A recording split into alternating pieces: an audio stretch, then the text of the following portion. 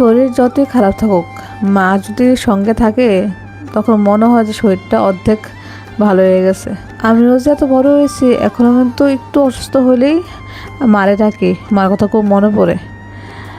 মেয়ের শরীরটা খুব খারাপ গেছে, এখন আগের তুলনায় একটু ভালো আছে। 2বার করে ডাক্তার দেখানোর পর, অনেক ওষুধ খাওয়ানোর পর জ্বরটা একটু কমছে। তো মেয়ে তো ঘুম থেকে উঠে গেছে, তো আমি একটু ফ্রেশ হয়ে রান্না করতে আগে পড়ছি।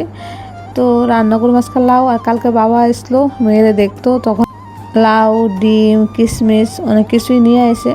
তো এই লাউটাও সকালে বাজার থেকে আনছিল, তো অর্ধেক টাকাটা বাইর থেকে অর্ধেক টাকাটা আমার লেগে নিয়ে এসে। এখন তারা কি একলা খাইবো? তারা তো একলা আর পেটে ঢুকতো না, সত্যি তো মা বাবা না।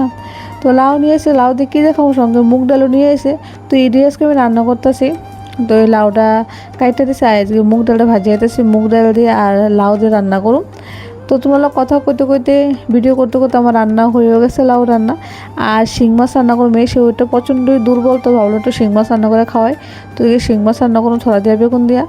সকাল তো রান্না করে এলাম, আর বিকালবেলা দোকান খুলে এলাম। দোকান খুললে আমি দোকানে রান্না করতেছি, এটা আমি দেখি বাইশ আমি যাতে হাতে দিতে আছে। আর দোকানে লেগে রান্না করতেছি, মাংস রুটি সবই রেডি করে এলেছি। এখন মাংসটা রান্না করে দোকানের কাজ কমপ্লিট।